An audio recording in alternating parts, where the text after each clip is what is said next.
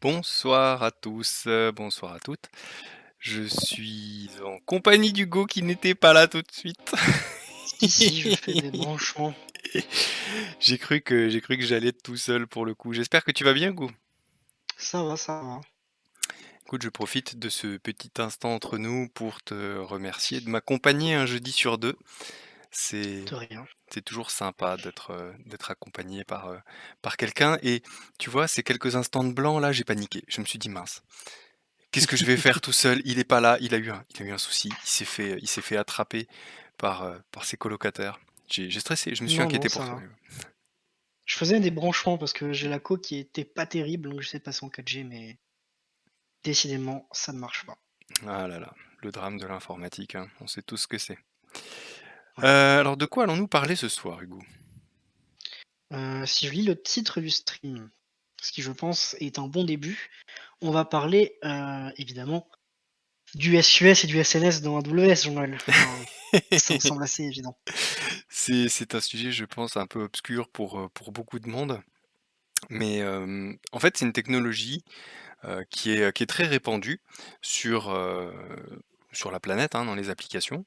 On en trouve beaucoup dans tout ce qui est gestion quand il faut gérer des événements et faire de la communication asynchrone, c'est des technologies de messaging, en fait. On va s'envoyer des messages entre applications, ce qui permet de les faire communiquer et ça de façon, découplée. C'est-à-dire qu'il y en a jamais une qui va dépendre de l'autre, parce que quand il va falloir échanger des informations, tu as une appli qui va envoyer un message et l'autre, qui va le récupérer et le traiter quand elle aura le temps.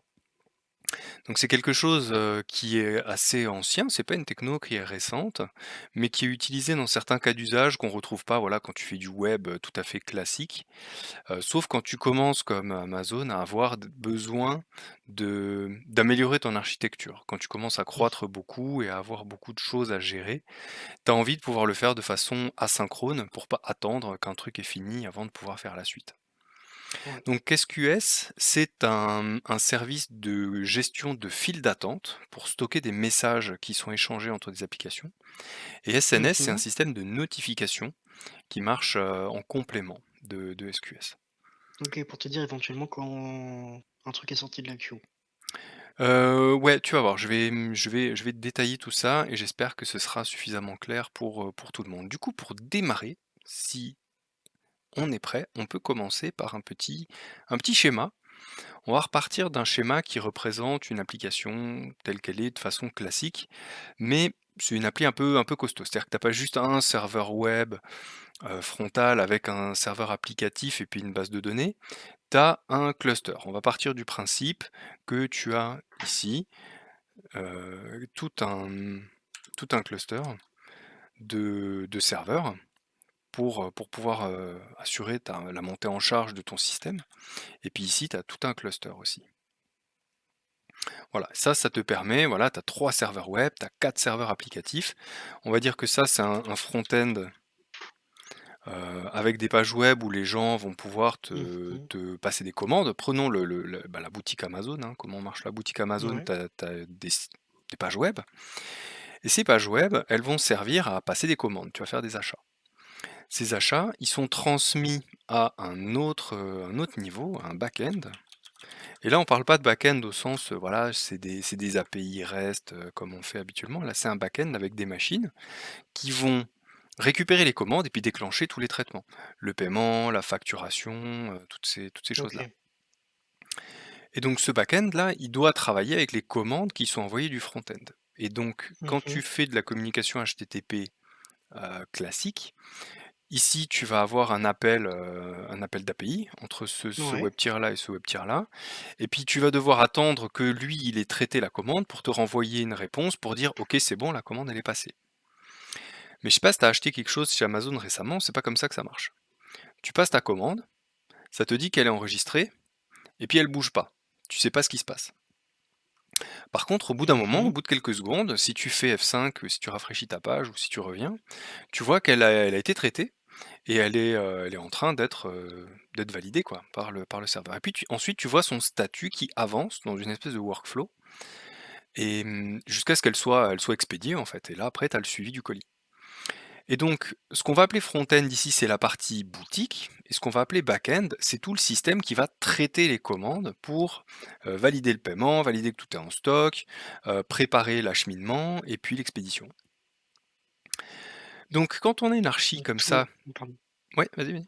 Donc tout est vraiment asynchrone, en fait, sur la boutique AWS, ouais. Enfin, Tout est sur la vraiment boutique Amazon. asynchrone, exactement. Tout est complètement asynchrone parce que c'est ce qui te permet d'avoir une architecture souple.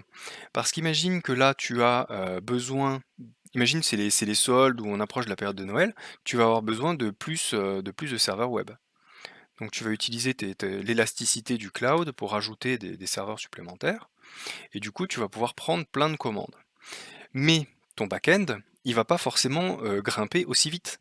Donc si les deux niveaux ne peuvent pas grimper à la même, enfin se mettre à l'échelle aussi vite l'un que l'autre, tu vas te retrouver avec des commandes qui pourront pas être traitées.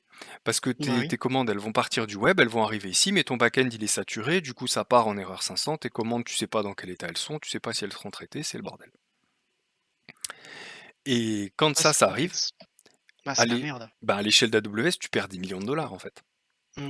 Des millions de dollars. Donc, ton back-end, tu veux qu'il soit indépendant de ton front-end. Donc tu peux pas faire de la com HTTP comme on fait habituellement parce que ça c'est de la communication synchrone. Donc Mmh. pour te sortir de ce guêpier, qu'est-ce qu'on peut faire? Il y a un premier truc qu'on peut faire, c'est éviter de faire en sorte que ton WebTier il soit connecté à tous tes back-ends avec des adresses de cluster ou des trucs comme ça. Tu peux mettre un load balancer au milieu. Si tu mets un load balancer au milieu, t'en avais déjà un en frontal, t'en mets un au milieu de ton architecture. Déjà, tes deux niveaux, ils sont un peu plus élastiques, ils sont déjà un peu plus indépendants l'un de l'autre. Mmh. Mais tu as le même problème. Si tu as ton front qui augmente fortement, si ton back-end il met plus de temps à s'accroître, ça va être pareil. Ton WebTier, en fait, il va carrément saturer ton back-end et puis tu Ouais, pourras s'il pas te plus faut, traiter. si t'as en 10 secondes 10 fois plus et que toi en 10 secondes tu es capable de faire que 2 fois plus de back-end, tu un peu baisé. C'est ça. Et du coup, tu te retrouves avec, pareil, des commandes qui sont perdues et des millions de dollars qui rentrent pas. Donc ça, c'est ennuyeux. Et donc, la solution pour être bien tranquille, c'est de complètement créer une limite ici pour décomposer ton architecture vraiment en deux parties complètement indépendantes. Mais comment tu fais dans ce cas-là pour que ton WebTier il puisse transmettre tout de même les commandes au back-end et qu'il ait le temps, le back-end, de les traiter à son rythme? Parce qu'ici, tu vas peut-être saisir, je sais pas, 1000 commandes par seconde. Si ici, tu peux en traiter que, je sais pas, 300 par seconde, eh bien, tu vas te retrouver avec des commandes qui vont s'accumuler. Il faut bien les stocker quelque part si tu ne veux pas les perdre. Du coup, qu'est-ce qu'on va pouvoir placer? On va placer un composant milieu qu'on appelle une queue. Queue, c'est le nom anglais, c'est une file d'attente en fait, qui va servir de tampon dans lequel on va placer tous les messages. Et si tu regardes les flèches ici, elles sont pas dans le même Elles vont pas sens dans le même sens, ça a changé. que dans le schéma du dessus, exactement. C'est-à-dire que là, tu as un flux qui va de l'utilisateur vers ta base de données, et du coup, tu as à chaque fois des dépendances au niveau du dessus. C'est-à-dire que de ta base de données dépend ton back-end dépend du web, et le web dépend des utilisateurs. Là, tout le monde va se connecter à cette queue, et du coup, tout le monde va dépendre de cette queue. Ce qui signifie que ton web tier, il peut s'agrandir comme il veut. S'il y a trop de messages qui arrivent, ils seront buffer dans la queue, donc ils seront en attente dans la file d'attente. Et ton back-end, bah, il traitera ce qu'il pourra. Et du coup, c'est comme une file d'attente quand il y a le Covid et que tu veux aller à la pharmacie. Tu as 200 mètres de file d'attente dans la rue. Quand le Covid est fini un peu après, bah, la file d'attente, elle est beaucoup plus petite. Le temps d'embaucher des pharmaciens supplémentaires. Donc voilà, les deux niveaux sont du coup complètement indépendants. Tu as fait, comment on appelle ça c'est de l'inversion de dépendance en architecture logicielle? Ah oui, oui, c'est un peu ça, oui. Et voilà, tout le monde dépend de cet élément central, de cette file d'attente, au lieu de dépendre les uns des autres. Alors une Et queue, tu peux pas, surcharger cette queue, du coup? Oui, parce qu'en fait, c'est la file d'attente, quoi. alors cette Ça file peut être infini. d'attente, elle est là pour gérer l'arrivée des messages. Elle les stocke en attendant qu'ils soient traités, mais elle les stocke de façon sécurisée et elle, dans le cloud AWS, elle est complètement élastique. Ça veut dire que cette file d'attente là, si tu lui envoies 10 messages par seconde, elle est contente. Si tu lui envoies 80 000 messages par seconde, elle est contente aussi, parce qu'elle va s'adapter automatiquement à la charge. J'ai un petit schéma d'architecture ici pour montrer un peu à quoi ça ressemble. En fait, cette queue, elle est dispatchée sur des dizaines de serveurs. Ces dizaines de OK. serveurs sont eux-mêmes dispatchés dans plein de data centers, ce qui fait qu'en plus tout ça c'est hautement disponible. Dans les schémas officiels d'AWS, ça c'en est un que moi j'ai refait, tu as en général 7 serveurs pour une queue et les messages ils sont OK. stockés sur 4 serveurs à la fois. Donc OK. tu peux en perdre 3, tes messages ils sont pas perdus, ils sont toujours là, tu vois? Donc la file OK. d'attente, elle est distribuée, elle est persistante et elle est du coup toujours accessible. Donc comme ça tombe pas en panne. Tu auras toujours la possibilité de te connecter à cette file pour pousser des messages dedans, en attendant que de l'autre côté, tu aies un consommateur Et du qui coup, il aille. arrive à gérer que si tu en traites un message, qu'il te l'enlève des autres serveurs? C'est exactement ça, c'est-à-dire que le OK. consommateur là, imaginons que j'ai un message rouge qui soit réparti sur certains serveurs. Voilà. Quand le consommateur il va récupérer le message rouge, déjà, les autres consommateurs qui est à côté ne verront pas le message rouge, ils le verront plus, comme ça il n'est pas traité plusieurs fois. OK. Et en plus, quand le consommateur l'a traité avec succès, il va le supprimer de la file. Il va le supprimer de la file d'attente, et du coup il va dégager de tous les serveurs. Et puis il va prendre le message OK. suivant, etc. Et donc voilà, c'est un système de tampon qui est hautement disponible. Ça se met à l'échelle automatiquement, hein, tu as du scaling automatique, toi tu n'as vraiment pas à t'en soucier. Et tu vas voir, créer une queue, c'est vraiment très simple. Maintenir une queue, c'est encore plus simple. Il Moi, y j'ai a plusieurs questions du chat, quasiment rien à j'aimerais. faire. Eh bien allons-y, allons-y pour les questions. Paul demande s'ils peuvent se marcher dessus. Je vois pas comment. Je vois pas comment. C'est les consommateurs qui se marcheraient dessus, c'est ça? En traitant les messages? J'ai l'impression, ouais, de Bah, ce que Paul demande. en fait, quand un message arrive dans la queue, tout le monde le voit. Le premier consommateur qui dit: «Moi, je veux prendre ce message-là» et ils sont synchronisés, il va déclencher une sorte de time-out qui font que les autres consommateurs ne voient plus le message. Imaginons que ce time-out, il est de 30 secondes. Le consommateur, là, celui-là qui a récupéré le message rouge, il va avoir 30 secondes pour le traiter et dire: «C'est bon, je m'en suis occupé». S'il ne l'a pas traité dans les 30 secondes, un autre consommateur va pouvoir voir ce message et le récupérer à son tour. Donc ça OK. permet d'éviter qu'ils se marchent dessus les uns les autres. Donc normalement, le message, il est traité dans l'intervalle de ce timeout et supprimé de la queue dans l'intervalle de ce timeout, ce qui fait que chaque message n'est traité qu'une seule fois. Du coup, c'est des traitements longs, c'est un peu embêtant, quoi. Ou Alors il est-ce que faut, chaque enveloppe, entre guillemets, peut avoir son timeout, personnalisé? ça non, je pense que c'est un setup qui est fait au niveau de la file. C'est ta file d'attente qui OK. dit le visibility timeout, c'est temps. Mais on va vérifier. J'ai des options ici, peut-être qu'on peut le voir dans le code.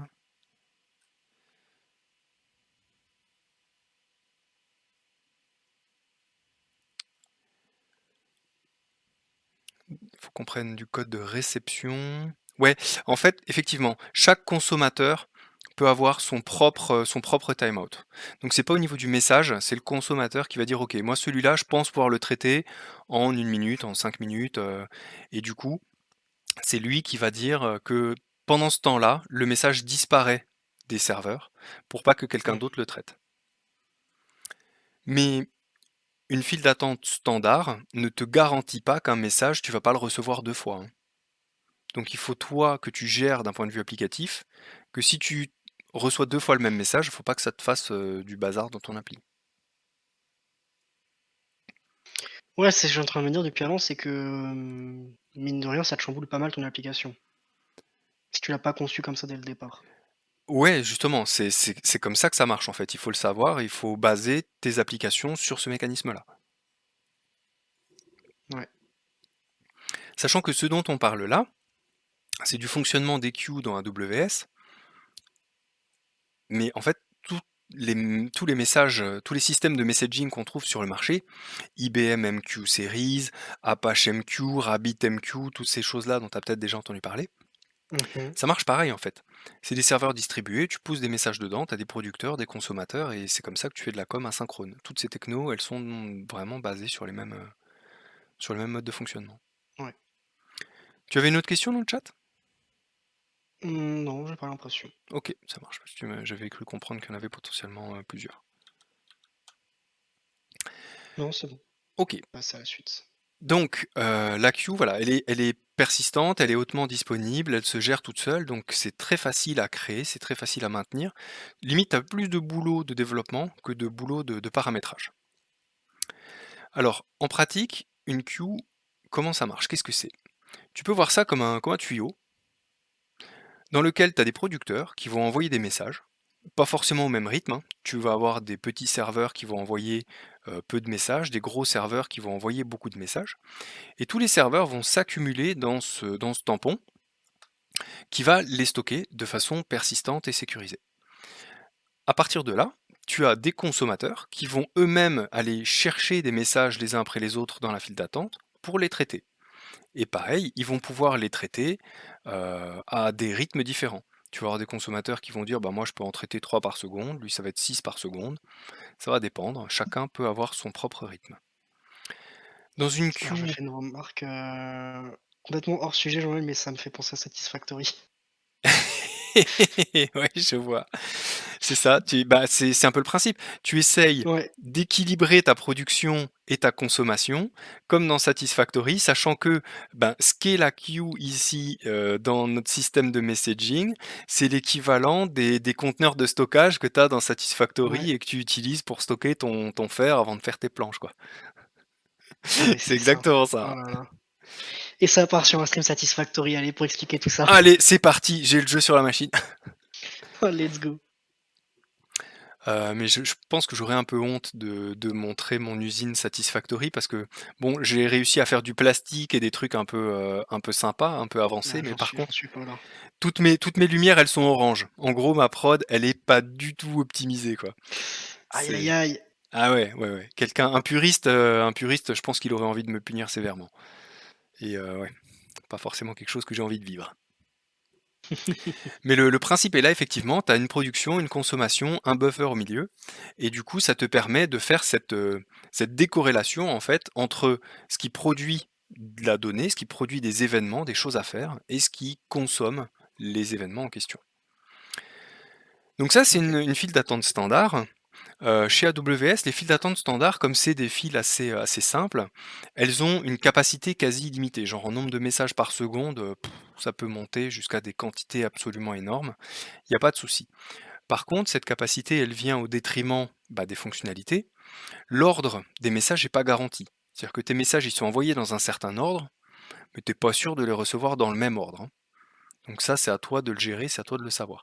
Quand c'est des commandes, comme sur la boutique Amazon.com, bon bah tu t'en moques hein, de les traiter dans l'ordre où tu les as reçus. Tant que tout le monde a sa commande qui est traitée, les gens sont contents. Donc si tu as besoin de maintenir un ordre, il va falloir utiliser un autre type de file d'attente.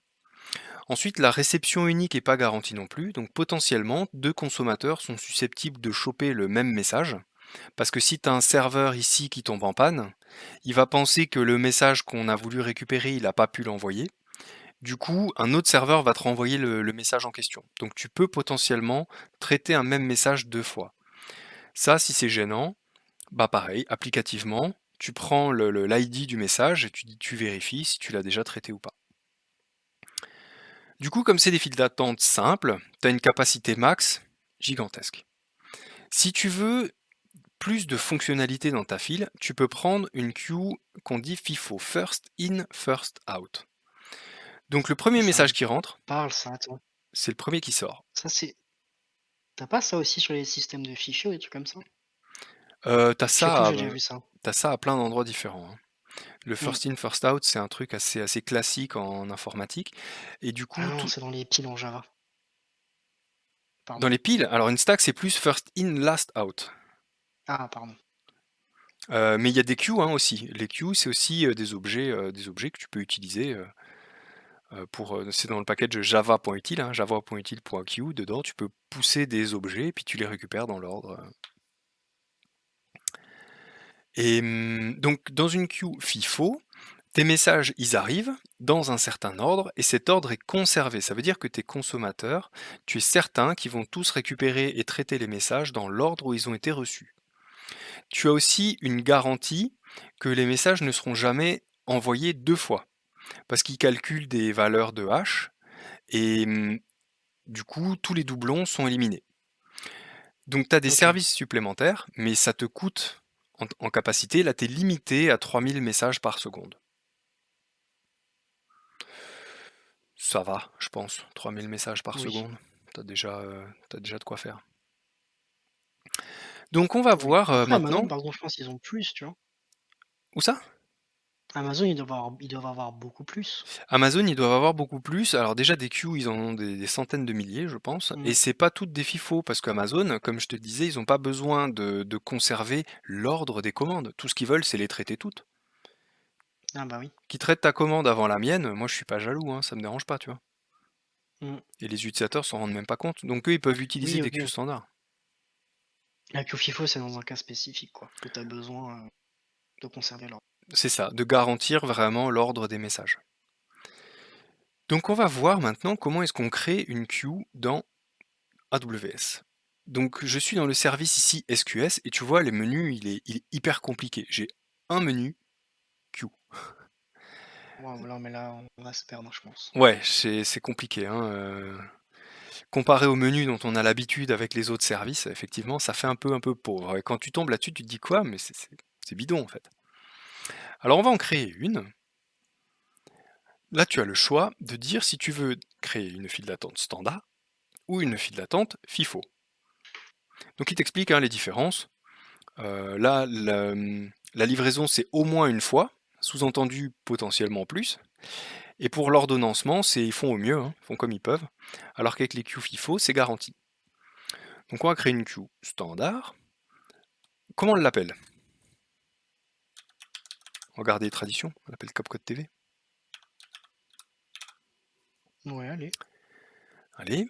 Là, tu peux définir des paramètres par défaut. Le visibility timeout, c'est ce que je t'expliquais, c'est le temps de traitement des messages. Donc, ton consommateur, il va avoir par défaut 30 secondes pour traiter et supprimer le message. Tu peux aussi mettre des délais avant la livraison, donc des délais avant que le message soit traitable par un consommateur. Tu as des temps d'attente aussi, quand tu te connectes, combien de temps tu attends qu'un message arrive. Tu vas aussi dire combien de temps tu veux garder un message. C'est-à-dire que ta file, elle va conserver les messages en stock le temps qu'ils soient traités, mais tu as quand même une période d'expiration au-delà duquel ton message il est balancé dans une espèce de file d'attente poubelle où il va falloir que tu le recycles. Et là, tu as la time max d'un message. Et là, tu te rends compte qu'un message, c'est pas quelque chose de volumineux. C'est 256 kilooctets. Ah oui, c'est le max en plus de C'est le 156. Ah max, oui. ouais. Parce que le but d'un message, c'est pas de transporter des tonnes et des tonnes d'infos. C'est juste de transporter ce dont tu as besoin pour traiter tes données. Donc si tu as des données volumineuses à stocker, tu les mets dans une base de données, comme DynamoDB dont on parlera dans un prochain stream. Mmh. Et ce que tu envoies dans le message, c'est juste, voilà, il faut traiter une commande, elle est sur tel ID dans telle de table DynamoDB. Et puis après, Ouais. vas-y, ouais. Bon, si on voulait, créer une commande où j'imagine qu'il y a trop d'infos pour que ça tienne dans 256 kilobits. Tu passes peut-être là, à ce moment-là, par une API REST classique qui te crée l'objet en DB. Ouais, mais du coup, tu récupères pas l'identifiant de ta commande, non? En fait, c'est ça la clé. Il faut que quand tu as trop de données pour ces 256 kilooctets, il faut que tu stockes dans le message uniquement ce dont tu as besoin pour retrouver le reste des informations. Mmh. Et on verra tout à l'heure un message, ce que c'est, ce qu'on met dedans. Tu verras, en général, c'est un core en JSON ou en HTML, Ouais. en XML. Ah, ça pose pas mal de contraintes, c'est intéressant niveau dev.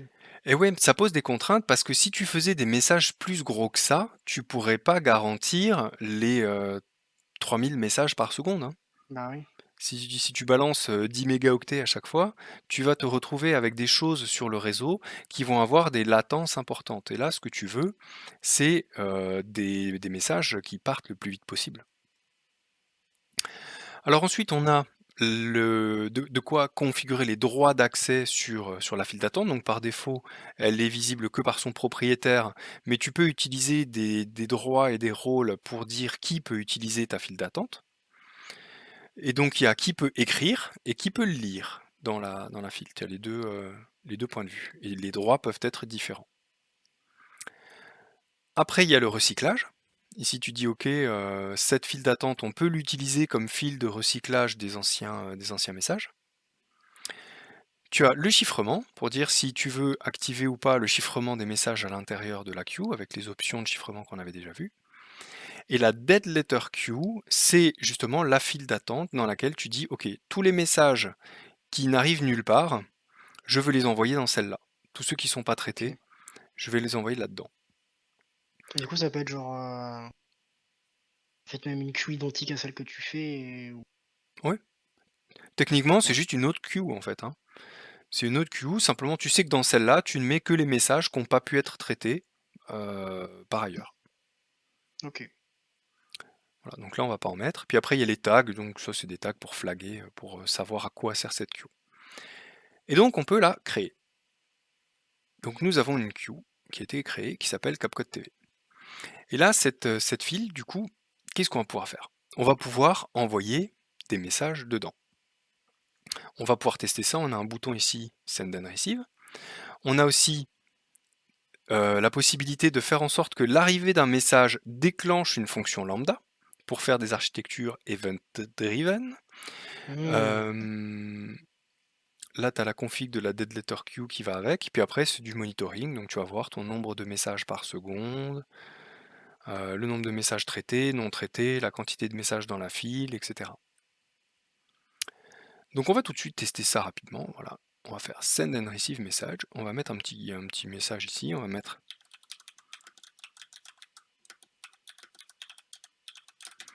voilà. Et puis ici, tu peux mettre des attributs à ton message. Donc ton message, il a un corps, et puis après, tu peux Mmh. lui mettre des attributs. Par exemple, expéditeur, Jean-Noël, ensuite, je sais pas, projet, CapCut TV, et des attributs comme ça, tu peux en mettre un peu autant que tu veux. Et tu envoies Ah, tu pas ton... limité en taille là-dedans? Ben, ton message, il doit faire 256 kilooctets. Après, si tu mets toutes les infos dans des attributs, bah, tu mettras moins dans ton body, tu vois. C'est... OK, les attributs font partie du message Oui, parce qu'ils sont dans ta transmis OK. avec. Ouais, d'accord. Donc, je fais send message, et il me dit, Juste une question, ça fait quoi là? Enfin, j'ai vu que tu peux choisir ton type et mettre un custom type, c'est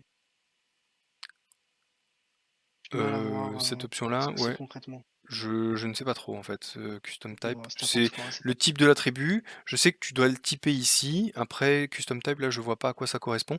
Parce que t'as pas ça dans le code en fait. Quand tu crées un message, tu vois, tu as les mmh. attributs. Quand tu crées des attributs, tu vois, data type. Et moi, j'ai juste un type et une value. Donc j'ai pas. Parce que ça, là, je l'utilise pour la démo, parce que c'est pratique pour envoyer un message. Mais tu Mmh. n'utilises jamais ça pour envoyer un message dans une application. C'est vraiment juste pour tester une file, ça. Oui, bah, oui. Donc là, le message, il a été envoyé, il est prêt à être reçu. Si je regarde ma file, je vois Messages Available 1, donc j'ai bien un message qui est présent. Mmh. Si je veux le voir, il faut que je clique ici sur Polling. Le polling, c'est en gros quand tu vas sonder une file pour voir s'il n'y a pas des messages dedans. Donc tu fais un coup de poll. Là, il bosse pendant un certain temps, donc il se connecte à la file, il scanne. Si j'envoie autre chose pendant ce temps-là, il est où mon bouton send? Send, tu vois, le polling continue.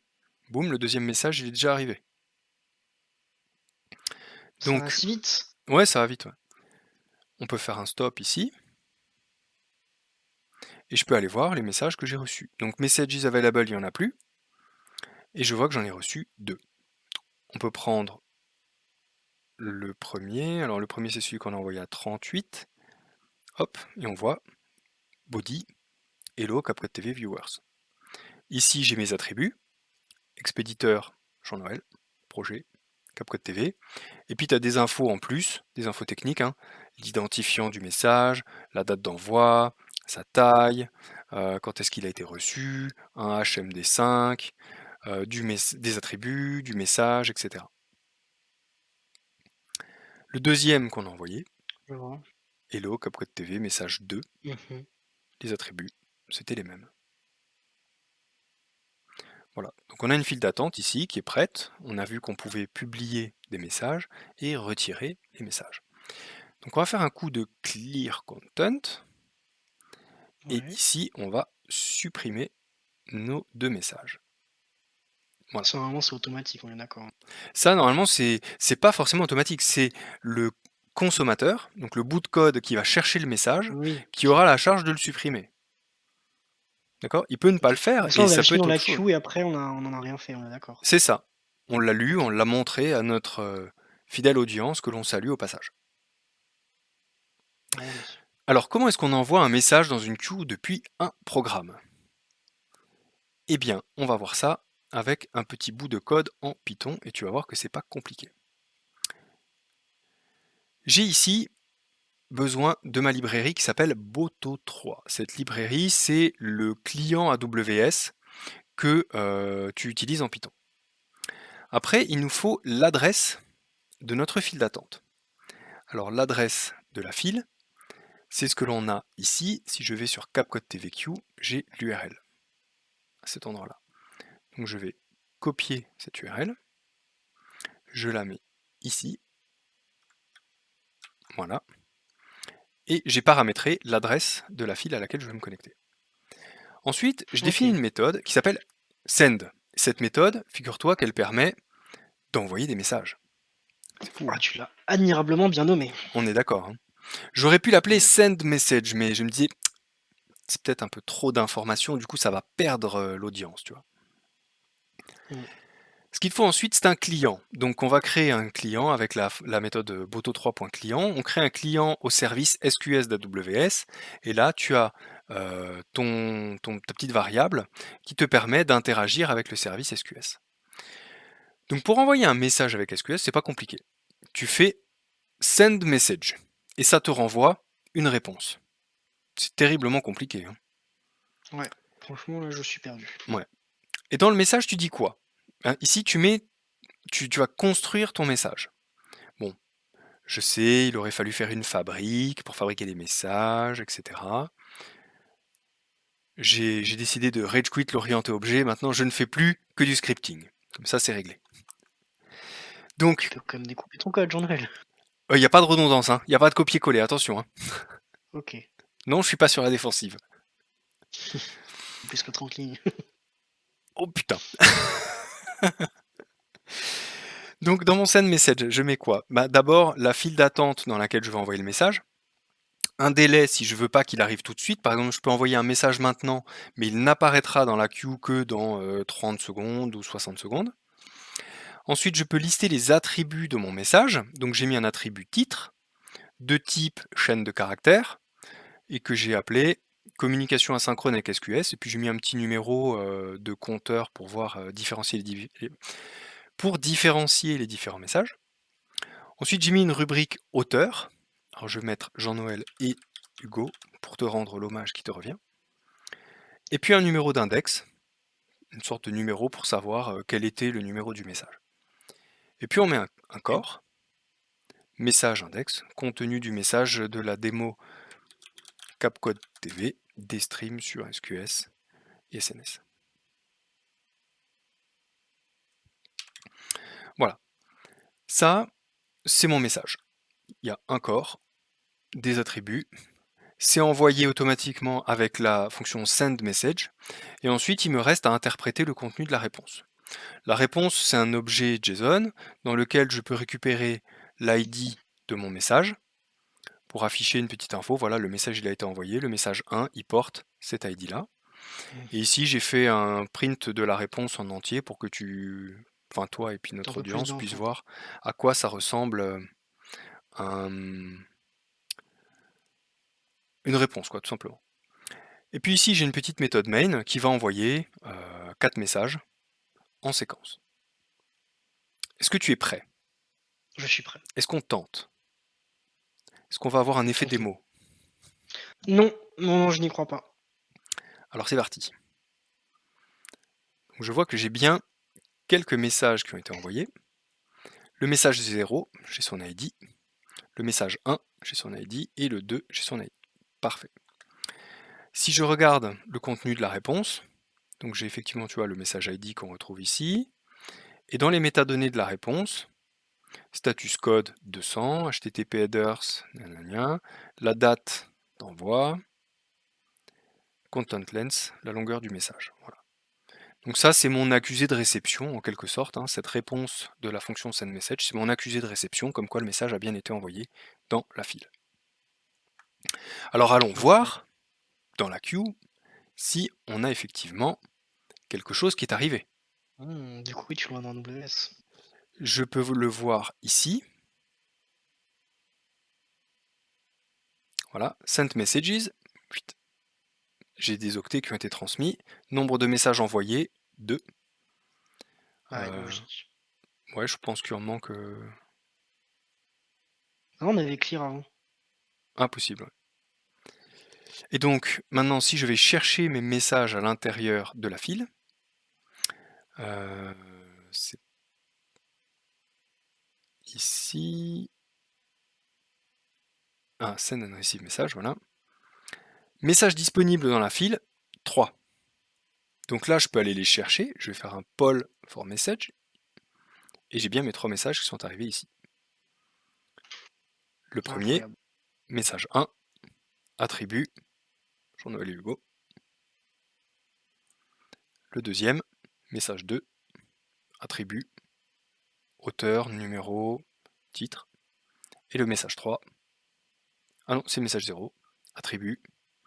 Et là, tu vois qu'ils sont pas traités dans l'ordre. Hein. L'ordre, là, il a été mélangé.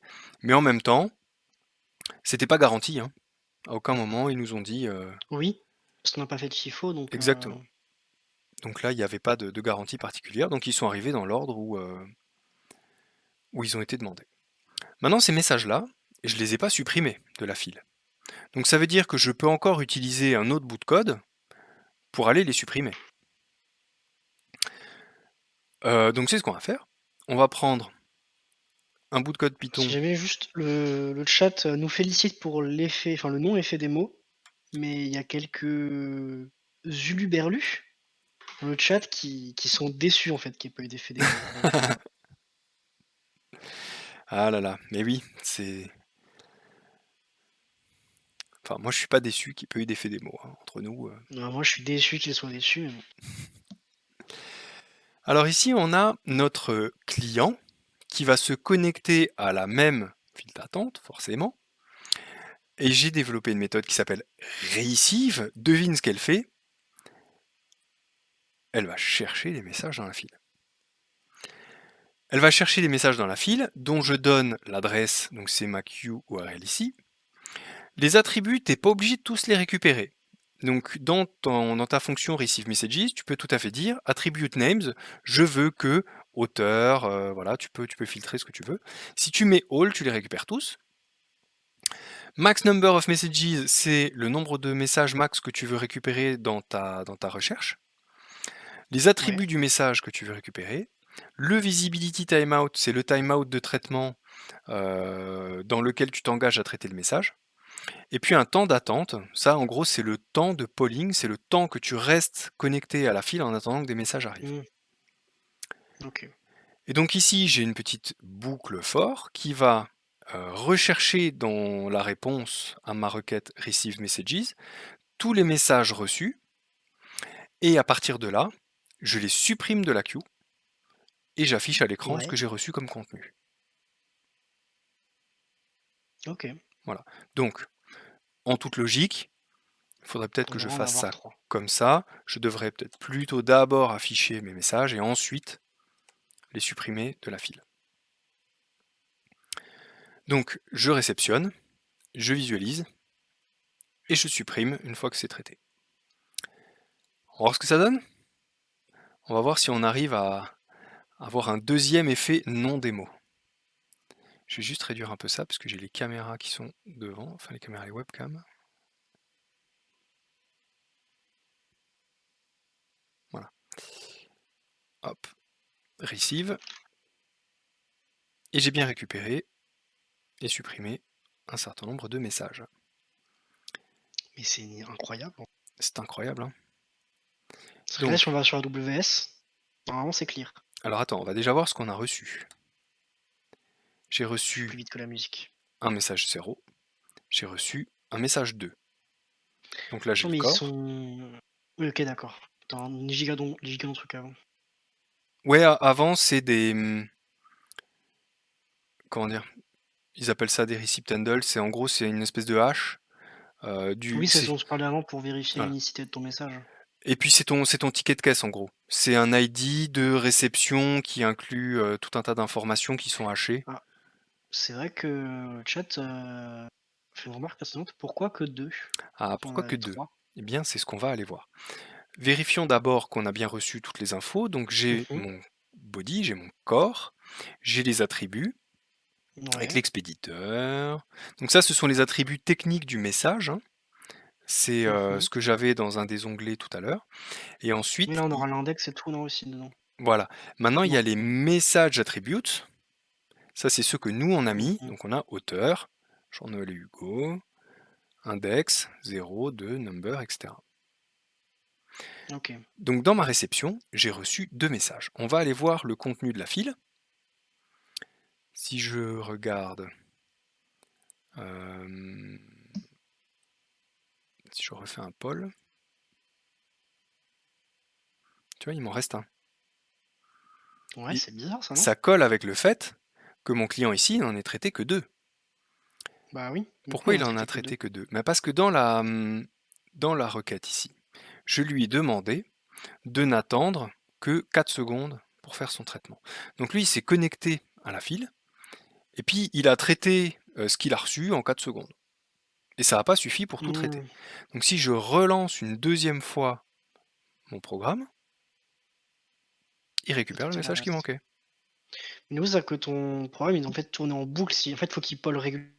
Il peut pas écouter Il peut pas juste écouter en fait. Alors Faut qu'il poll régulièrement la queue. il peut écouter, c'est en fait le temps d'écoute, c'est ce que tu mets là-dedans. Si tu mets 300 secondes ici, Mhm. le réceptionneur, le récipiendaire, le récepteur, celui qui Mhm. va lire, tu vois, celui qui reçoit, Ouais, ouais. il va continuellement scanner la file pendant un temps. Alors 300 c'est peut-être trop, à mon avis 300 secondes ça marche pas, tu vas avoir un timeout. Mais je peux lui dire genre 30 secondes. Mhm. Ah, non, 30 En secondes fait, c'est tu pourrais trop. mettre 3 millions de secondes et de toute façon, tu passes dans ta boucle avant d'avoir. Oui, en fait, ok. Tu vois, là je vais attendre 20 secondes que des messages arrivent. Et tu vois là mon programme il tourne, il s'arrête pas. Mhm. On appelle ça du long polling. Et c'est intéressant de faire du long polling. Il vaut mieux se connecter une fois et attendre 20 secondes que se connecter 20 fois en attendant une seconde. Bah oui, c'est parce que la connexion, c'est comme un, je pense, comme un DB, quoi. C'est un peu coûteux quand même. C'est coûteux en argent parce que sur une queue, tu es facturé à la connexion. Tu es facturé Hmm. à chaque fois que tu vas te connecter à la queue pour voir s'il y a quelque chose dedans. On a un message. Il y a Milon qui se demande qu'est-ce qui se passe à la fin des 4 secondes si la queue est vide. Mais je pense qu'il fait juste rien en fait, hein. Ben, en fait, tu tombes dans le except que j'ai mis ici. C'est-à-dire que ta Ouais. réponse, elle aura rien. Donc, dans ton payload JSON, réponse Hmm. de message, ça te renvoie un nul. Du coup, tu tombes là-dedans. Voilà, il n'y a pas de message dans la file. Ok. Et ton programme, il s'interrompt et puis c'est fini. Et donc, production de messages et réception de messages, ce sont deux choses qui deviennent complètement indépendantes. Et tu as la file d'attente au milieu qui sert d'intermédiaire, qui les stocke en attendant que quelqu'un soit disponible pour les traiter. Et donc on a une architecture là qui est bien découplée, on n'a plus de dépendance de la production des messages par rapport à la consommation des messages. Soit là, tu pourrais mettre si t'as envie 500 000 messages et ton programme il tourne et il les traite quoi, dès qu'il peut. Exactement. Et donc la file, elle va accumuler, accumuler, accumuler des messages, quitte à ce qu'elles deviennent très importantes en taille, hein. Alors après, Mhm. toi, tu vas pas être content parce que tu vas prendre du retard dans le traitement de tes messages, mais c'est à toi de t'adapter à la charge et à démarrer plus de code qui va consommer les messages derrière, hein. C'est un des Ouais, composants importants de l'élasticité du cloud, les queues, parce que ça te permet de faire ton scaling, là, ta mise à l'échelle, de façon, comment dire, découplée, quoi. Tu peux avoir des applications qui sont complètement asymétriques, c'est pas grave. Tu as les fils qui bufferisent au milieu. ouais. J'ai vraiment cette image de Satisfactory là, avec les minerais qui s'entassent, tu vois. Alors on va créer Et une en vrai, queue FIFO. c'est un bon parallèle, je trouve. C'est un excellent parallèle, je vais éhontément m'en resservir la prochaine fois que je devrais expliquer cette thématique, si tu me permets. Pas de Donc on va créer une queue FIFO juste pour voir si les messages y sont bien réceptionnés dans le bon ordre. Donc une queue FIFO, il faut forcément l'appeler en point FIFO derrière. C'est comme ça. Voilà. C'est by design. Tu fais ça, si t'es pas content, c'est pareil. Tu voulais l'appeler underscore FIFO, bah c'est ciao. Non, c'est point FIFO. C'est mort. Donc ici tu peux dire que tous les messages en double, tu veux qu'ils les dégagent. Et ici tu peux activer un mode qui patate avec plein de messages en même temps, mais ça te fait activer une fonctionnalité que j'ai pas forcément envie de démontrer maintenant. C'est plus des, enfin, tu crées des groupes de messages à l'intérieur des queues. C'est un peu un autre mode de fonctionnement. On va pas rentrer dans ce détail maintenant. Ensuite, le débit, donc on reste sur des queues. Access policy, ça c'est toujours tes droits, donc nous on laisse tout chez le propriétaire. Chiffrement, comme d'hab. Dead letter queue, si tes messages sont pas traités. Allez, on a créé une queue FIFO, je copie son adresse et je vais mettre à jour mon composant ici qui envoie les messages. Et on va écrire cette fois à la queue FIFO. Voilà. On va avoir besoin d'un petit truc en plus, parce que tu as vu que ça fonctionnait avec des groupes, donc je dois rajouter un attribut ici qui s'appelle group ID à l'intérieur de mon message. Voilà, j'ai rajouté cette ligne-là, message group ID, Mhm. qui est nécessaire pour les queues FIFO. On Ok. va en envoyer un peu plus, on va en envoyer 5. Voilà, et j'ai envoyé mes messages de 0 à 4, donc 5 Et du messages. coup, c'est pas dérangeant que ton message ou pas ID soit tout le temps le même. Bah là c'est le même, hein, j'ai mis 1. Oui, du coup, c'est pas dérangeant. Non, non, c'est pas gênant. Ça veut dire que ce sont des messages qui sont dans le même groupe. C'est des messages justement que d'un point Ok. de vue logique, tu veux associer. Donc c'est bien. D'accord. Si je regarde à l'intérieur de ma queue, j'ai bien 5 messages. Et donc on va aller lire avec le code. J'aimerais bien savoir comment est-ce qu'on affiche les autres fichiers du projet en mode présentateur. Si quelqu'un a le tips, je suis preneur. Voilà, donc je vais dans le code de receive. Et donc je vais aller chercher cette fois les messages dans la queue FIFO. Voilà. Et on va voir si on les récupère dans l'ordre. Je vais enlever cette partie-là pour pas qu'on soit pollué par plein de textes et qu'on voit juste les messages avec leur numéro. Et là, je les récupère exactement dans l'ordre où ils ont été envoyés, ce qui n'était pas le cas dans la queue précédente. Ok, ouais. C'est vrai. Et donc, Et ouais, non, vas-y. vas-y. Enfin, est-ce que ça existe du coup le philo dans la queue? Non, c'est une stack. Pas ok. Ok. C'est une stack et il y a pas de stack dans SQS, quoi. Genre, on pourrait pas traiter genre 4-3-2-1-0. En fait, tu vas recevoir les messages dans ton programme. Après, tu les Mhm. mets dans une liste en mémoire et puis tu les traites dans l'ordre que tu veux. Mais au niveau de la réception, c'est soit dans l'ordre précis où ils ont été envoyés, soit dans n'importe quel ordre et tu n'as aucune garantie. Après, c'est à OK. toi, si tu veux, de les traiter dans l'ordre que tu as envie. Mais au niveau de la réception, ils te Mmh. sont délivrés tels quels. D'accord, OK. Oui, après rien ne t'empêche de les réordonner différemment, quoi. C'est ça, et de les C'est traiter dans l'ordre qui t'arrange. OK. Donc là, on a créé 2 queues. Mais si tu reprends cette architecture-là, les queues, c'est quand même de la communication point à point. C'est-à-dire que c'est un truc central, mais tu as un producteur qui écrit dans la queue, un consommateur qui écrit dans la queue. Si je veux que ce Mmh. message bleu-là, il soit lu par plusieurs consommateurs, je peux pas avec une queue, parce que le consommateur, il va prendre le message, il le lit, il le consomme, et les Mmh. autres derrière, ils ne le voient plus. Donc je ne Ah peux bah pas oui. dispatcher un message.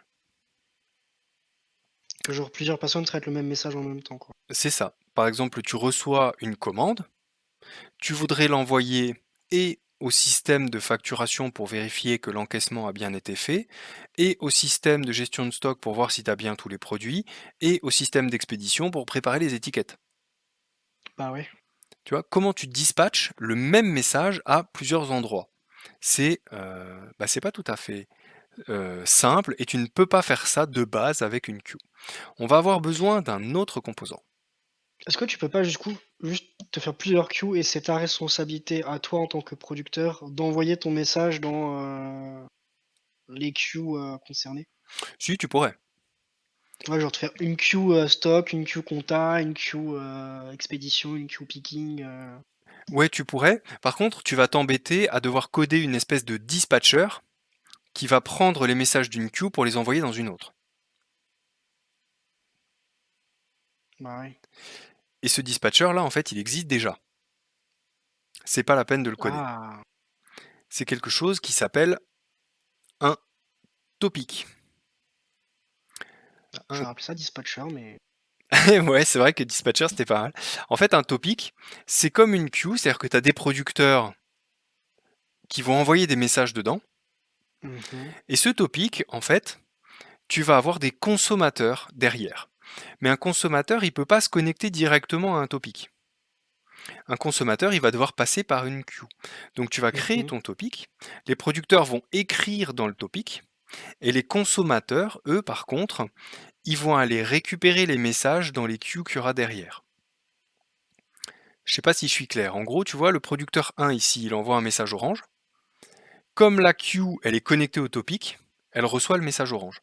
Toutes les queues connectées au topic reçoivent le message orange. Elles sont toutes en copie. Mmh.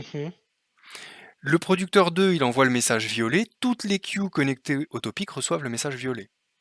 Et donc tes OK. consommateurs, après ici, le consommateur 1 et le consommateur 2, ils vont chacun recevoir tous les messages qui ont été émis sur le topic. Et du coup, après, chaque service concerné va chercher lui dans la queue qui l'intéresse. Exactement. OK, donc genre avec l'exemple qu'on avait donné avant, tu as quand même besoin de trois quatre queues, mais toi, en tant que producteur, tu envoies le message qu'une seule fois. C'est C'est quand même plus exactement ça. simple. Parfaitement. Et tes queues, tu les connectes au topic à la main, j'imagine pas? Alors tes queues, tu les connectes au topic comme ceci. On va d'abord aller créer un topic. Le topic, il est ailleurs, il est dans un service qui s'appelle SNS, le Simple Notification Service, qui est aussi un service qui sert Mmh. à plein de choses. Alors j'en avais déjà créé un, je vais le supprimer.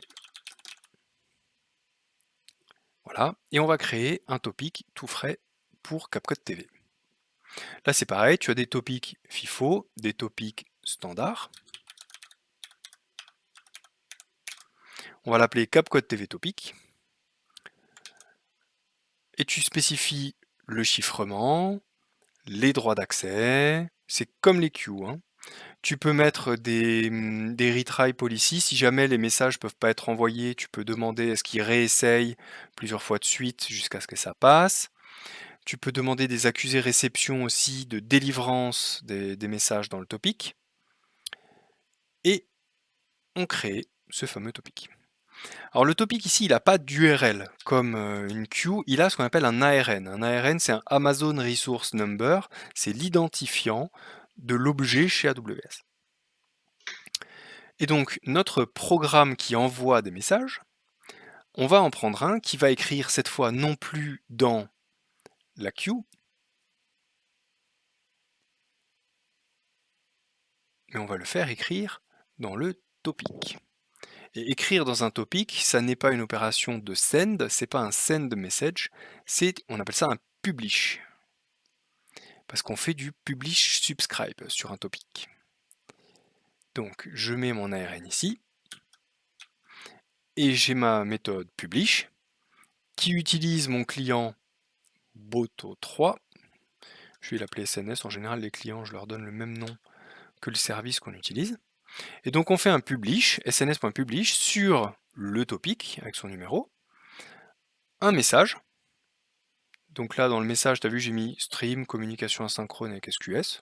Donc j'ai mis un body tout bête. On met le payload JSON à l'intérieur. Message structure, on dit que c'est du JSON. On peut mettre des attributs exactement comme comme dans les queues, en fait, comme les messages qu'on envoie dans les queues. Et puis après, tu fais donc tu fais ton send, tu reçois une réponse. Et la réponse, comme dit, c'est ton ticket, hein, c'est ton accusé de réception Ouais. de réponse. Donc, on va Et pas c'est pas l'envoyer. beaucoup plus compliqué que la queue au final C'est à pareil, hein, utiliser. c'est Ouais. pareil. C'est les mêmes étapes, t'as pas tout à fait la même structure de choses à envoyer, t'as des infos un petit peu différentes, mais sinon c'est pareil. Donc, on va pas l'envoyer Et tout de suite. question, est-ce que ce truc de tick, c'est aussi répandu dans les autres systèmes, qu'on a cités avant là, chez Apache, chez IBM? Ouais, c'est C'est un pareil. truc qui est peut-être un peu OK, d'accord. Tous les systèmes de messaging, ils font du topic et des queues, et ouais, du publish subscribe sur les topics, et du send receive sur les queues. C'est classique, c'est vieux comme le monde. Et il y a plein de systèmes qui marchent là-dessus. Je peux te donner un petit exemple de système industriel qui est à 100% basé là-dessus. La poste suisse, quand un courrier arrive, il arrive dans le centre de tri, il est scanné par des machines, et les machines, elles lisent les adresses, et elles savent du coup Mmh. comment dispatcher le courrier, tu vois. Ça l'envoie sur des convoyeurs. Ouais. Les convoyeurs ensuite, comme dans Satisfactory, hein, il y a des splits, ça peut partir à droite ou à gauche, et puis ça va jusque dans le bac pour que ça soit distribué dans le bon canton suisse. Mmh. Et ce sont des grosses machines de chez Siemens qui font toute cette lecture optique et l'aiguillage des courriers dans le centre de tri. Et à chaque fois qu'un courrier passe dans une machine, la machine elle envoie un message sur une file ou sur un topic, pour que, Mmh. d'un point de vue informatique, tu saches exactement quel courrier, quelle date, à quelle heure il est passé par quelle machine pour aller à quel endroit, pour être délivré à quel endroit, à quel truc. Ah, c'était log quoi. Ouais. Bah, ça, c'est complètement industriel, c'est complètement automatisé, et ils gèrent tout leur courrier. Tu postes un truc, le lendemain c'est livré, hein. Ils font du J+1. Ah oui, c'est sympa. Alors en même temps, on va chuchoter un truc, on aime beaucoup nos amis suisses, mais la Suisse, c'est pas grand. Donc pour faire du J+1, c'est moins compliqué que quand Oui, tu c'est envoies un vrai, courrier de Lille à Bordeaux. Mais j'avoue. ça reste une prouesse, et plein de respect pour ça, parce que c'est vraiment bien pensé, et ça marche vraiment bien. Donc on a notre topic ici. Maintenant, ce topic, on va pas pouvoir l'utiliser comme ça. Tout à l'heure, on a vu qu'il fallait des queues pour aller Mmh. chercher des choses dedans. Donc on va retourner dans notre simple queue service. Et ma CapCut TV queue ici, qui était indépendante, maintenant je vais faire en sorte qu'elle ne soit plus une file indépendante, mais qu'elle soit connectée au topic. Donc je vais dedans. Et là, tu vois, on avait un petit menu qu'on a laissé de Mmh. côté tout à l'heure, qui s'appelle SNS Subscriptions. Donc en fait, la queue, on va l'abonner au topic. Donc on Mmh. fait subscribe, on choisit le topic, c'est le CapCut TV topic. Voilà. Et maintenant ma queue, CapCut TV queue, elle est Connecté. connectée au topic. On va prendre la deuxième, la FIFO, on va On va aussi la l'abonner connecter. au topic, tout pareil. Ah, une queue FIFO, faut la connecter à un topic FIFO. Donc je vais créer une autre queue. Ouais, là, on va avoir des capacités à créer une queue en moins de 2 minutes. Voilà, c'est fait. Ouais, même moins que ça en fait. Et la souscription, voilà, c'est fait. Et là, je le fais en cliquant, hein, je le fais même pas à la ligne de commande, hein, parce qu'avec la CLI, ça irait encore plus vite. Bah oui. CLI, on fera un stream sur la CLI un jour, tiens. Un Allez. bon sujet, ça. Donc j'ai mes 2 queues qui sont connectés à mon topic et ce qu'on va faire maintenant, c'est qu'on va publier sur le topic. Donc ici, j'ai ma fonction publish, run, et ça a envoyé mon message. Je vais en envoyer quelques autres, histoire qu'il y ait un peu quelque chose à voir. Voilà, j'ai envoyé plusieurs fois mon message. Si je vais dans SNS, au niveau du topic, ici, t'as rien à voir, hein, tu vois. Oui. Tu peux rien voir parce que les messages, tu ne les vois pas dans le topic. Comme dit, le topic, c'est juste un Ah oui, l'effet dispatcher, en fait. passe-plat, quoi, ouais. Exactement. Donc tu vois par contre ici que maintenant, dans le topic, dans les souscriptions, j'ai 2 queues qui y sont connectées. Statut confirmé et tout, ça c'est sûr, elles reçoivent les messages. Donc on va aller regarder dans nos queues. Dans les queues, on verra les messages, du coup, normalement. Mais dans 2 Ouais, fois, du coup. voilà. Donc si je vais d'abord dans CapCut TV Queue et que je fais un... On le regarde par là ou on utilise notre client? On poll ici ou on poll avec le logiciel Et Python? si on faisait les 2, Jean-Noël? Allez, on va faire poll for Si on peut messages. on peut poll ici et on les traite dans l'autre? On va faire ça. Alors on va aller dans CapCut TV Mirror pour faire le polling à la main, parce que mon programme ici, il est prévu pour se connecter déjà à l'autre queue, donc on va le réutiliser comme ça. Donc c'était SQS Receive, voilà, View, Enter Presentation Mode.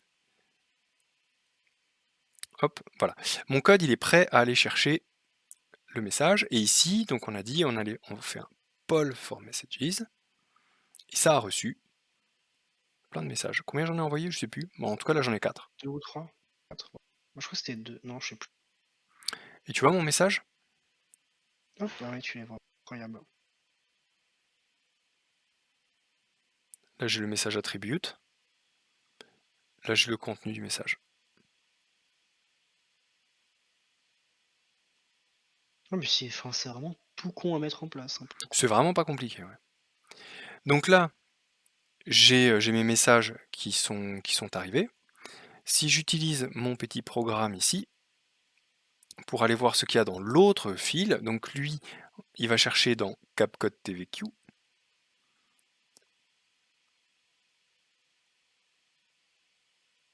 Voilà, on a bien regardé en miroir, mais...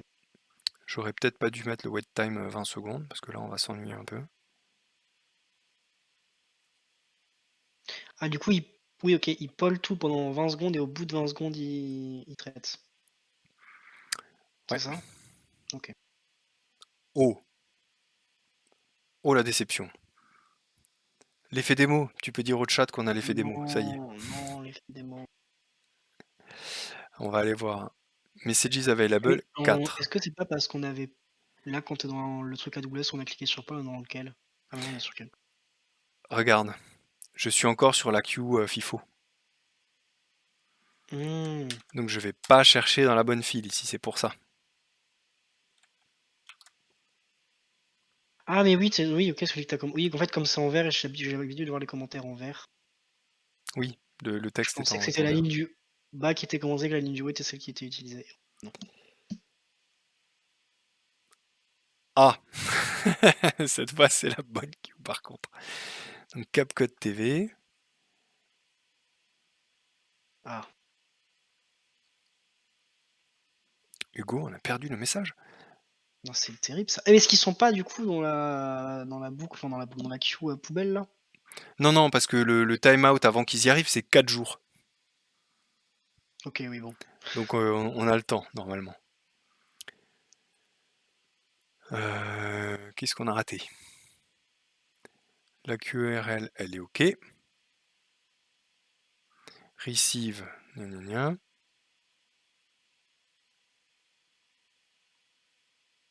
On veut tous les attributs.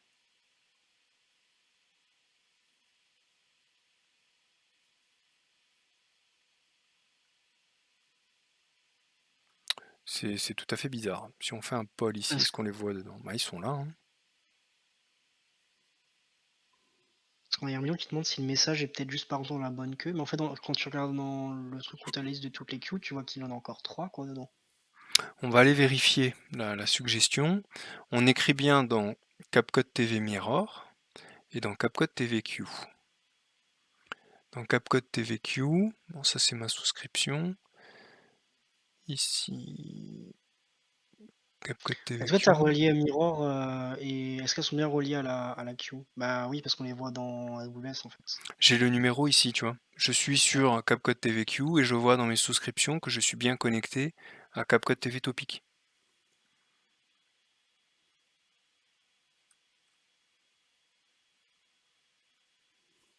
ouais. Mmh, Et j'ai cliqué sur le OK. bouton là. Mmh. J'exécute le receive. Bah non, c'est bon, c'est ça. Ah, peut-être pas rebuild? Non, ça build tout seul. OK. Tu sais, c'est du Python, c'est interprété, hein.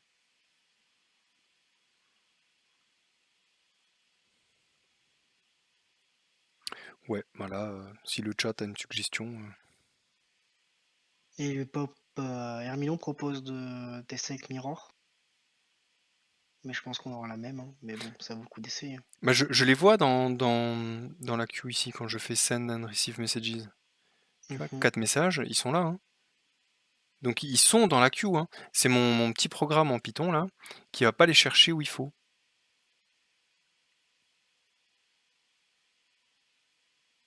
Ouais, ils sont dans la queue, ça arrive pas à les récupérer.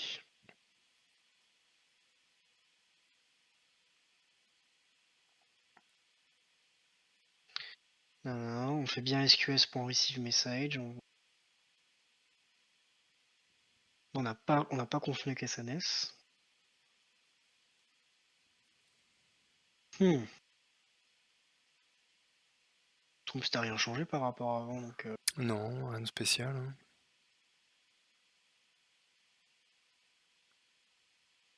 Bon, faudra que je débug ça. Nous avons un petit mystère ici. Hermilon propose le contrôle Z. Ça peut être une idée, hein. Pour remettre tout comme c'était. Mmh. On peut tenter, hein. Voilà. Est-ce que c'est la bonne URL de queue?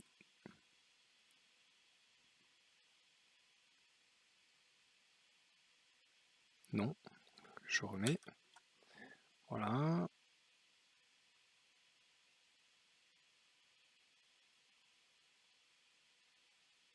No message. Et si t'arrives, si tu la non, mais je pense pas que ce soit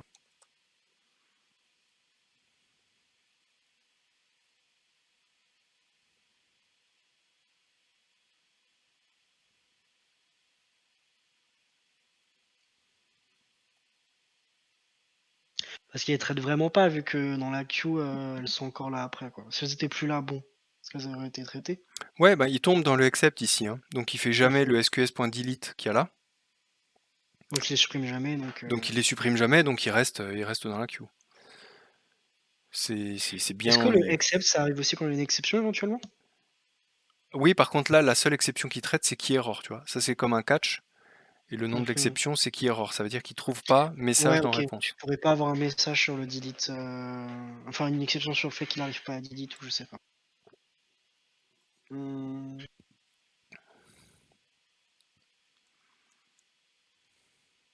Après, on peut essayer de mettre ça en commentaire, hein.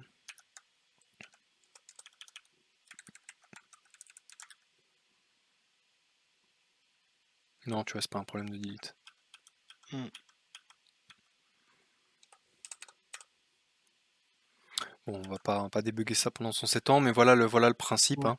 Le topic dispatch les messages dans toutes les queues qui y sont connectées, ce qui fait que tu peux avoir après autant de consommateurs que tu veux en parallèle sur ces différentes queues pour traiter les messages en question. Et c'est comme ça que tu parallélises en fait le traitement d'un message par plusieurs systèmes derrière. Alors dernier petit mot sur SNS. Et puis j'aurais fait le tour des sujets que je voulais aborder. SNS, le Notification Service, il fait plus que simplement des topics. On peut aussi se servir de ce service-là pour envoyer des notifications mobiles avec le service de push notification. On peut lui faire Ah oui. envoyer des messages SMS et on peut lui faire envoyer des emails. Ah, c'est intéressant ça. Alors c'est des mails un peu techniques, hein, c'est pas pour faire des beaux mails comme tu ferais avec un système de publipostage par exemple, Mmh. mais tu peux envoyer des mails, voilà, pour dire, heu: «J'ai réussi à extraire les messages de la queue», par exemple, quand ça OK, fonctionne. c'est d'accord. C'est pas trop destiné à faire du ouais, des SMS ou des mails, genre c'est pas trop destiné à te dire quand ta commande est validée, bah, tu as un SMS qui part pour te dire, «Votre commande a été validée». Voilà, c'est pas fait pour faire OK. des beaux mails et des beaux SMS. Par contre, les notifications mobiles qui arrivent en mode push sur le téléphone, ça, bon, ça, c'est habillé entre guillemets «visuellement» par, le système du téléphone, donc ça va. Donc quand tu es sur SNS, tu peux créer, tu vois, des souscriptions sur des emails. Mmh. Donc ici, j'ai un topic, l'endpoint, c'est un mail. Donc on peut créer une nouvelle souscription. On peut dire que le protocole, c'est, email, tu vois? Mais ça peut aussi être OK. SMS, ou je peux appeler une URL HTTP, ou, appeler une queue, enfin pousser un message dans une queue. Mais si je mets email ici, endpoint, Putain, ça peut même être une lambda. je mets mon mail, oui tout à fait. Topic ARN, bon voilà, je dis que quand tu écris sur CapCode TV Topic, ça va envoyer à jn@charon.org, Mmh. voilà. Donc la Oui, en fait et souscription, du coup pour ton producteur, c'est complètement visible en plus. Ouais, c'est pas mal, hein. c'est ça. Donc là maintenant, si j'envoie avec le code SNS publish un message, ah ça c'est le, Et par contre, là, j'y pense, c'est vrai qu'en fait, la Q, l'avantage d'être très flexible, c'est que même si ton back-end est en train, je sais pas, d'être facteur de ouf et qu'il y a plein de choses qui changent, ta partie front est absolument pas impactée parce qu'elle, tout ce qu'elle fait, c'est mettre des messages dans la queue. Et le reste après de comment ça marche, c'est plus son problème. c'est ça. C'est pas mal aussi, hein. J'ai Et reçu, merci à la personne qui a mis le Zidane dans le chat. j'ai reçu le mail grâce à la Incroyable. souscription sur CapCode TV Topic. Donc tu vois, c'est pas très beau comme mail, mais au moins je suis notifié quand quelque chose survient. Par contre, si t'as ça à chaque fois s'il y a quelqu'un chez Amazon qui se prend un mail à chaque fois que quelqu'un passe une commande, Voilà, on est d'accord, faut non plus, enfin faut pas balancer après des mails en pagaille à tout le monde. Mais là, du coup, tu vois, j'ai bien écrit dans le topic, ça a été routé sur une plateforme de mail qui est arrivée dans ma boîte. Donc ça te montre un petit peu la polyvalence du système. C'est pas simplement un système de queue et de topic, c'est aussi tout un système qui permet de faire des notifications push, d'envoyer des SMS, etc. c'est vraiment pas mal, hein. Voilà, donc là tu vois, j'ai un topic avec 6 abonnements de queue dessus. Et tout ça, en fait, c'est la base d'AWS hein, maintenant, et des architectures event-driven, etc. Quand tu Ouais. regardes les applications modernes, élastiques, etc., c'est des microservices qui s'échangent des infos avec des queues et des topics pour déclencher des événements et déclencher des traitements, en fait, à certains endroits. Bah, oui, en fait, le SQL et le SNS, ça a l'air pas compliqué en soi. Par contre, c'est tout ce que ça implique autour qui fait que c'est un pas à sauter, quoi. Ouais, tout à fait, parce que techniquement, bah, c'est que de la plomberie, hein. C'est Mmh. des tuyaux, tu pousses des messages dedans. Par Par contre, on a un contre, paquet, quoi. voilà, et après, c'est toute la logique de ton application que tu vas changer. Parce que c'est plus Bah, de oui. la communication synchrone, parce que quand tu vas chercher un message dans une queue, il y en a peut-être pas, parce que quand tu vas pousser des messages, ben, le message, toi, tu l'as envoyé, mais tu sais pas ce qui se passe derrière. Et il faut un petit peu penser, architecturer ces applications différemment. Ouais, ça se réfléchit. Voilà. Tu me diras, c'est comme quand on est passé de la grosse appli monolithique à un front et une API entière, c'est aussi pas simple forcément à mettre en place, ça. Ouais. Et quand tu regardes finalement, l'évolution comme on avait vu ici dans ce 1 slide où d'abord on avait des monolithes, ensuite on a eu une séparation front et back, ensuite on a eu des microservices avec des load balancers partout et maintenant on a des services qui sont des microservices avec des événements qui communiquent au travers de queues et de systèmes de notification. Hem, Petit à petit, les applications, on les atomise en fait, on les découpe en Mmh. petits morceaux pour que ce soit plus facile à gérer, plus facile à maintenir. Par contre, après derrière, ouais, toute la logique change et les modes de fonctionnement sont plus du tout les En mêmes. fait, il faut juste que tu sois bien organisé, parce que je pense que ça peut vite devenir un plat de spaghettis, tu vois? Si tu pas une vision globale de ce que tu fais, quoi. Ouais. Oui et imagine, si tu centralises tout dans un seul et même compte AWS, tu vas te retrouver avec, des centaines, voire des milliers de queues et puis après quand tu cherches un truc, c'est difficile à trouver. Ouais. Donc il faut bien après, quand tu conçois plein d'applications en parallèle, si tu veux pas que ce soit le bazar, ben, tu les dispatches dans des régions différentes, tu les dispatches dans des comptes AWS différents. Il faut organiser un peu parce que si tu fourres tout dans le même système, c'est compliqué. Après, je pense, que c'est des bonnes pratiques qui viennent quand tu apprends à utiliser, tu vois? Quand tu commences à faire du n-tier, tout ça, tu aussi forcément, je sais pas, des trucs, qu'il faut pas faire et que, bah, maintenant par habitude, ça te viendrait même pas à l'esprit de le faire. Ouais. Je voulais montrer un petit schéma qui montre que, tout ça, c'est devenu la base d'AWS. On a un service ici qui s'appelle EventBridge. EventBridge, c'est la plateforme qui fait le routage et l'organisation des messages sur la plateforme AWS. Non pas Enfin, pas uniquement les messages que tes applications envoient, mais les services AWS envoient. Quand tu veux déclencher une fonction lambda après le dépôt d'un fichier dans un bucket S3, c'est EventBridge qui va déclencher l'événement.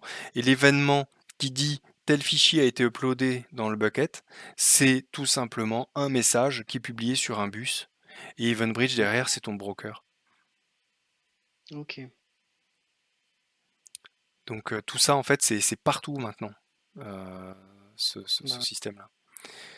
Et comme dit, tout ça, c'est pas nouveau, hein. Ça fait des années que ça existe et c'est la seule façon qu'on a de faire, du processing asynchrone entre, 2 applications différentes. Et ce qui est bien, c'est qu'un message, comme c'est juste un body JSON, bah, c'est standard, quoi. Donc 2 applications, enfin, tu peux faire communiquer un SAP avec un autre truc, en passant par des messages comme ça. ouais, j'ai le sentiment que c'est vraiment, super souple et très libre, quoi. Tu peu de limites, tu peu de contraintes au final. Mmh. Ta contrainte, c'est réussir à te connecter à la queue, quoi. Et réussir à récupérer les messages à l'intérieur. Ça, c'est un autre problème. Voilà, voilà. Écoute, on a fait le tour du sujet, je pense, hein. Ouais, et c'était intéressant. C'est Est-ce un bon qu'il premier pas dans l'event driven, j'ai l'impression. est-ce qu'il te reste encore une petite question? Non, non, non, je suis juste admiratif, de ce Zidane dans le chat. Effectivement.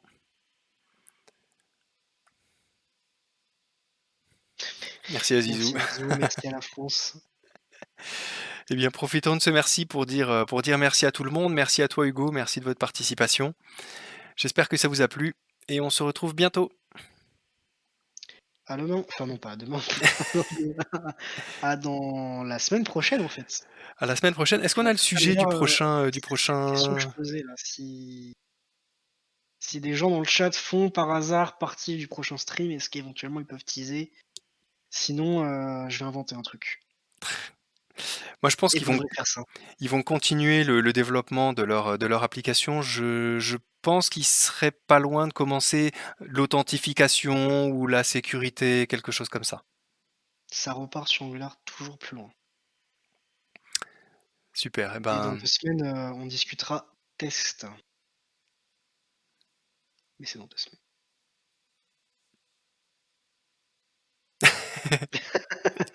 c'est non, pas de test. Ouais, moi, je, Ça moi, je sens marche. bien l'authentification parce qu'ils avaient déjà bien avancé sur tout ce qu'ils avaient construit là dans leur application. Je pense qu'il manque une page de login et de la vérification de token, des trucs comme ça. Mais on Ce verra. sera la surprise, il C'est faudra ça. être présent et du coup, c'est mercredi prochain normalement le stream, c'est pas le jeudi, si mes souvenirs sont bons. Ah, c'est non, pas l'autre. Donc ce ne sera pas l'authentification jeudi prochain. Et bah, venez mercredi prochain. OK, eh bien, Bah, bonne merci à tout soirée. le monde. Passez une bonne soirée et à bientôt. Ciao.